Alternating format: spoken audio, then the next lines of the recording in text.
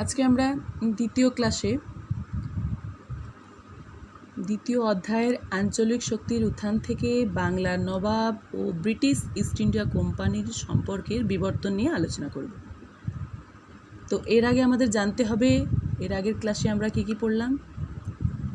এর আগের ক্লাসে আমরা অযোধ্যা, হায়দ্রাবাদ আর বাংলা এই তিনটি আঞ্চলিক শক্তি কিভাবে নিজেদের আধিপত্য বিস্তার করেছিল সেটা নিয়ে আলোচনা করেছি। তাহলে আজকে আমরা তার পরের ভাগটুকুন, যেটা বাংলার নবাব ও ব্রিটিশ ইস্ট ইন্ডিয়া কোম্পানি তাদের মধ্যে সম্পর্ক নিয়ে আলোচনা করব। সেটা আলোচনা করতে গিয়ে দেখো, নবাব হিসেবে মুর্শিদ কুলি খান বিদেশি বণিকদের সঙ্গে সচরাচর বিরোধিতায় যেতেন না। এখানে প্রথমে কি পেলাম আমরা? বাংলার নবাব হিসেবে মুর্শিদ কুলি খান, যিনি বাংলাকে ভালোবাসতেন, তা সত্ত্বেও তিনি বিদেশি বণিকদের সঙ্গে বিরোধিতা করতে যেতেন না। মুর্শিদ কুলি খানের সঙ্গে ব্রিটিশ কোম্পানির সম্পর্ক প্রভাবিত হয়েছিল ফারুকশিয়ারের ফরমান দ্বারা। তো এই ফারুকশিয়ারের ফরমানটা কি দেখো, এখানে আমাদের আরেকটা জিনিস জানতে হবে যে ব্রিটিশ ইস্ট ইন্ডিয়া কোম্পানি অর্থাৎ ইংরেজরা শুধু তারাই কিন্তু বাংলায় ব্যবসা বাণিজ্য করতে আসেনি। বাংলায় ব্যবসা বাণিজ্য করতে এসেছিল ফরাসিরা, পর্তুগিজরা, আর্মেনীয়রা আর আরও অনেক দেশ থেকে। কিন্তু এখানে দেখো, তারাই বেশি আধিপত্য বিস্তার করেছিল। এই ফারুকশিয়ারের ফরমানে আমরা কি পাই দেখো, 1717 খ্রিস্টাব্দে দিল্লির মুঘল সম্রাট ফারুকশিয়ার একটি আদেশ বা ফরমান জারি করেছিলেন। সেই ফরমান মোতাবেক ব্রিটিশ কোম্পানি বছরে মাত্র 3000 টাকার বিনিময়ে বাংলায় বাণিজ্য করতে পারবে, কিন্তু তার জন্য কোম্পানিকে কোনো শুল্ক দিতে হবে না। আবার ব্রিটিশ কোম্পানি কলকাতার কাছাকাছি অঞ্চলে 38টি গ্রামের জমিদারিও কিনতে পারবে। দেখো, কোম্পানির পণ্য কেউ চুরি করলে তাকে বাংলার নবাব শাস্তি দেবেন ও কোম্পানিকে ক্ষতিপূরণও দেবেন। তাছাড়াও বাংলার নবাবের মুর্শিদাবাদ, টাকশাল প্রয়োজন মতো কোম্পানি ব্যবহার করতে পারবে। এখানে দেখতে পেলে এখানে কি বলতে চেয়েছে, অন্যান্য যারা ফরাসিরা, আর্মেনীয়রা, ওরা কিছু করতে পারবে না, কিন্তু ইংরেজরাই শুধু 3000 টাকার বিনিময়ে বাংলায় ব্যবসা বাণিজ্য করতে পারবে। আবার দেখো, 38টি গ্রামের জমিদারিও কিনতে পারবে। আবার তাদের পণ্য কেউ যদি চুরি করে, বাংলার নবাবকে তাদের শাস্তিও দিতে হবে, আবার কোম্পানিকে ক্ষতিপূরণও দিতে হবে। এতগুলো ফরমান জারি করেছিলেন ফারুকশিয়ার। এখানে ফারুকশিয়ারকে ইংরেজরা কিভাবে নিজেদের অধীনে এনেছিল সেটা আমরা বুঝতে পারলাম। এরপরে কি আছে দেখি। কিন্তু এই বাণিজ্যিক সুবিধার প্রসঙ্গটি মুর্শিদ কুলির পছন্দ ছিল না। ফলে গোড়া থেকেই ফরমান প্রদত্ত কোম্পানির অধিকারকে তিনি সীমিত করতে চেয়েছিলেন। মুর্শিদ কুলি ঘোষণা করেন, যেসব বাণিজ্য দ্রব্য সরাসরি সমুদ্র পথে আমদানি রপ্তানি হবে, কেবল সেগুলির শুল্কই মকুব হবে, কিন্তু দেশের ভিতরে বাণিজ্যের ক্ষেত্রে শুল্ক ছাড় নীতি প্রযোজ্য হবে না। তাছাড়া মুর্শিদাবাদের টাকশাল ব্যবহারেও সুবিধা তিনি কোম্পানিকে দেননি। তার মানে খুব একটা ফারুকশিয়ারের ফরমান কিন্তু মুর্শিদ কুলি খান পছন্দ হয়নি। এবার মুর্শিদ কুলি খানের মতো দেখো নিচে, আলীবর্দী খানও বাংলায় ইউরোপীয় বণিকদের বাণিজ্যের বিষয়ে ইতিবাচক মনোভাব দেখিয়েছিলেন।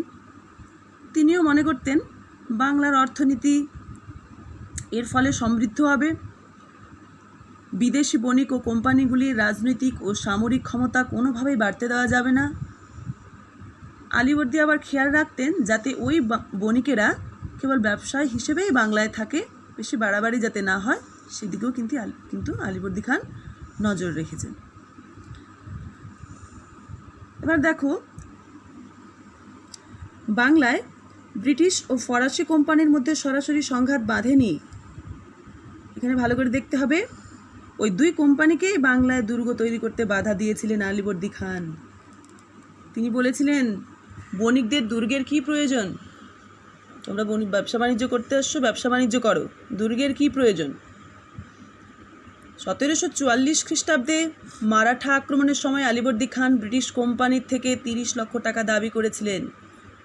দেখো ভালো করে, 1744 খ্রিস্টাব্দে মারাঠা আক্রমণের সময় আলীবর্দী খান ব্রিটিশ কোম্পানিকে 30 লক্ষ টাকা দাবি করেছিলেন। তিনি বলেছিলেন, ব্যবসা বাণিজ্য করতে এসেছো, আমাদের অনেক ক্ষতি হয়েছে, তো তোমাদের 30 লক্ষ টাকা দাবি দিতে হবে আর কি।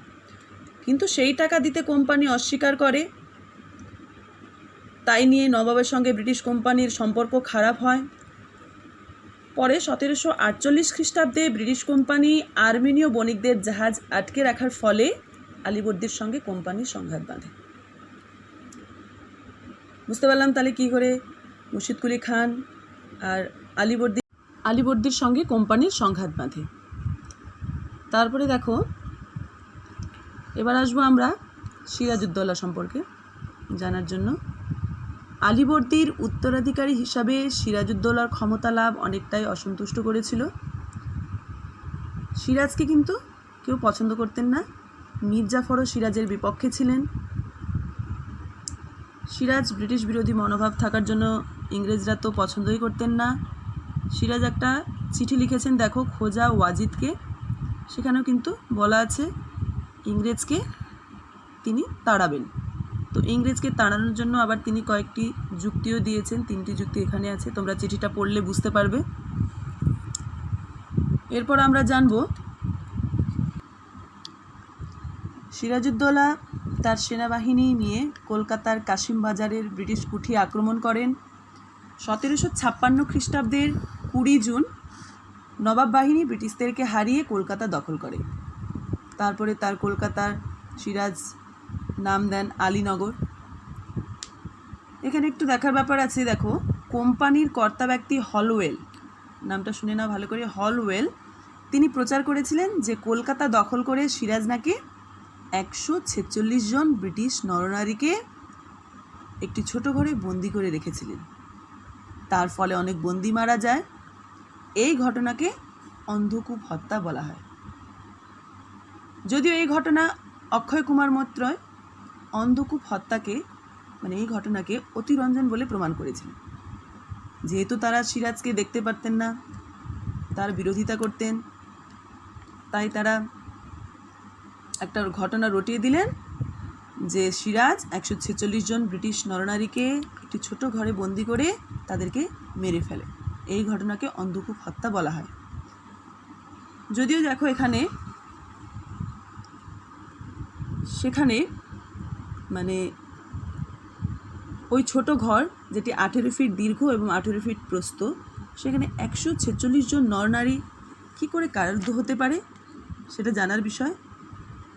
অন্তত একজন মানুষের 6 ফিট দীর্ঘ ও 2 ফিট প্রস্থ এবং 2 ফিট বেধ থাকলে ওখানে একজন মানুষ থাকতে পারে। তাহলে ওখানে দেখো 81 জনের অধিক লোকের কিন্তু সেখানে জায়গা হয় না। অথচ এখানে কী করে 146 জনকে সিরাজ রাখলেন সেটা নিয়ে কিন্তু ধোঁয়াশাই রয়ে গেল। এদিকে আসো, রবার্ট ক্লাইভ তার নেতৃত্বে একটি ব্রিটিশ বাহিনী 1757 খ্রিস্টাব্দের ফেব্রুয়ারি মাসে কলকাতা আবার দখল করে নেয়। এখানে দেখো 1756 খ্রিস্টাব্দের 20 জুন সিরাজউদ্দৌলা কলকাতা দখল করেছিলেন। তার ঠিক 1 বছর পরে রবার্ট ক্লাইভ 1757 খ্রিস্টাব্দের ফেব্রুয়ারি মাসে কলকাতাকে আবার দখল করে নিলেন। এখানে তো তিনি শুধু কলকাতা দখল করতে চাননি, তিনি এখানে সিরাজউদ্দৌলাকেও পরাস্ত করতে চেয়েছিলেন।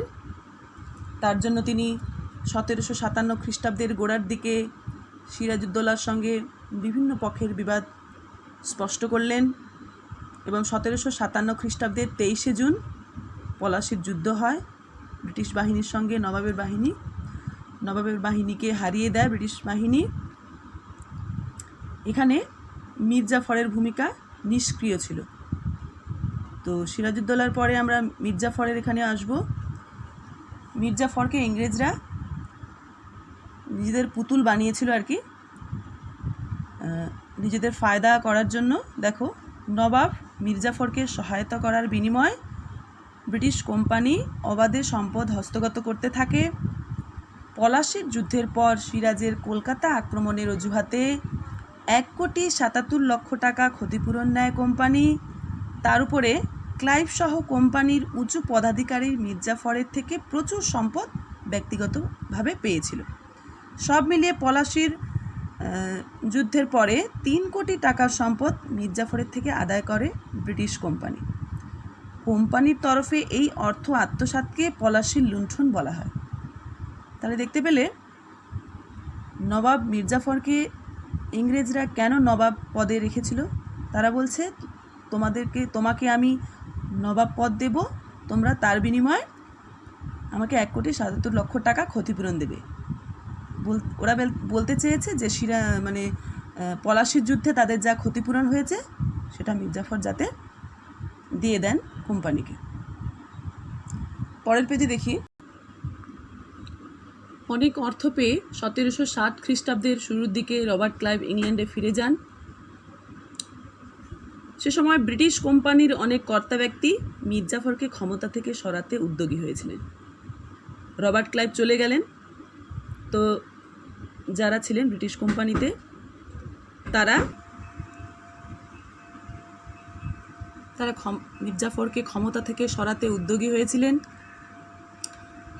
কারণ তারা চেয়েছিলেন যে মির্জাফর আরও ক্ষতিপূরণ তাদের অর্থ দেয়। কিন্তু কোম্পানির অর্থনৈতিক দাবি মেটাতে মির্জাফর অপারগ ছিলেন। ফলে 1760 খ্রিস্টাব্দের অক্টোবর মাসে মির্জাফরকে সরিয়ে তার জামাই মীর কাসিমকে কোম্পানি বাংলার নবাব পদে বহাল করল। তাহলে মির্জাফরের পরে তার জামাই মীর কাসিমকে বাংলার নবাব পদে বহাল করল। এবার ব্রিটিশ কোম্পানির সহায়তায় নবাব পদ বহালের পাওয়ার ফলে প্রায় 29 লক্ষ টাকা সম্পদ কোম্পানির আধিকারিকদের দিয়েছিলেন মীর কাসিম। তাছাড়া বর্ধমান, মেদিনীপুর ও চট্টগ্রামের জমিদারির অধিকারও মীর কাসিম ব্রিটিশ কোম্পানিকে দিয়েছিলেন। ফলে গোড়ায় মীর কাসিমই নিজেদের বংশবধ হিসেবেই ভেবেছিলেন ব্রিটিশ কোম্পানি। তারা ভাবছে মির্জাফরের মতো মীর কাসিমও তাদের নিজেদের লোক, কিন্তু তাদের সে ধারণা ভুল প্রমাণিত হয়। বাংলার রাজধানী হিসাবে মুর্শিদাবাদের বদলে মুঙ্গেরকে বেছে নিয়েছিলেন মীর কাসিম। তো তারা মুঙ্গেরকে বাংলার রাজধানী হিসাবে বেছে নিয়েছিল। নবাবের পুরনো সৈন্যবাহিনীকে খারিজ করে আধুনিক সেনাবাহিনী গড়ে তোলার উদ্যোগ নিয়েছিলেন তিনি। এমনকি ক্ষমতাবান জগৎ শেঠদের থেকেও দূরত্ব বজায় রেখেছিলেন মীর কাসিম। এই জগৎ শেঠ নামটি এর আগেই পেয়েছি আমরা, তারা ক্ষমতাবান ব্যবসায়ী ছিলেন, তাই না? তো গোড়ায় ব্রিটিশ কোম্পানি মীর কাসিমের পদক্ষেপগুলি নিয়ে বিশেষ ভাবিত ছিল না। প্রথম দিকে তারা ভাবতো যে মীর কাসিম হচ্ছে তাদের নিজেদেরই লোক, কিন্তু ক্রমে ব্রিটিশ কোম্পানির কর্মচারীদের ব্যক্তিগত বাণিজ্যকে কেন্দ্র করে মীর কাসিমের সঙ্গে কোম্পানির বিবাদ শুরু হয়। এভাবে মীর কাসিমের সাথে তাদের ব্রিটিশদের বিবাদ শুরু হয়, বিরোধিতা বাধে।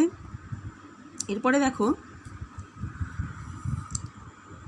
বক্সারের যুদ্ধ হয় এবং দেওয়ানি লাভ। বক্সারের যুদ্ধ হয়েছিল 1764 খ্রিস্টাব্দে। সেই যুদ্ধে 3টি বাহিনী ছিল। প্রথম বাহিনী মীর কাসিম নিজেই, তারপর অযোধ্যার শাসক সুজাউদ্দৌলা এবং মুঘল সম্রাট দ্বিতীয় শাহ আলম। এই বাহিনীর সঙ্গে ব্রিটিশ কোম্পানির যুদ্ধ হয়। সেই যুদ্ধকেই বক্সারের যুদ্ধ বলা হয়, যেটা 1764 খ্রিস্টাব্দে হয়েছিল। সেই যুদ্ধে ইংরেজরা জিতে যায় এবং সুজাউদ্দৌলা ও মীর কাসিম পালিয়ে যান।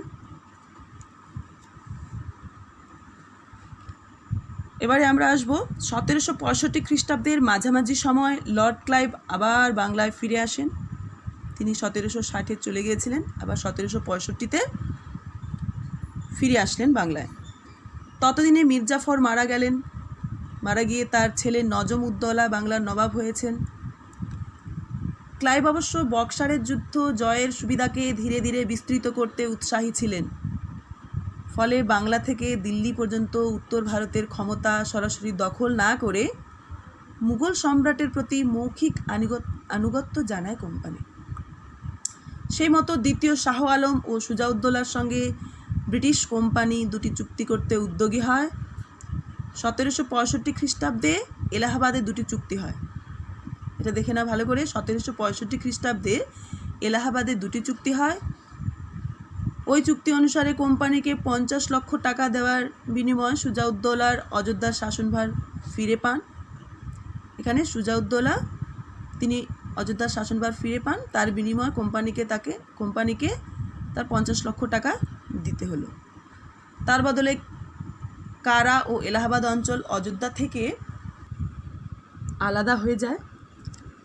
বাদশাহ শাহ আলম দিল্লির অধিকার ফিরে পাওয়ার বদলে একটি ফরমান জারি করেন। সেই ফরমান অনুযায়ী বাংলা, বিহার ও উড়িষ্যার দেওয়ানির অধিকার ব্রিটিশ কোম্পানিকে দেওয়া হয়।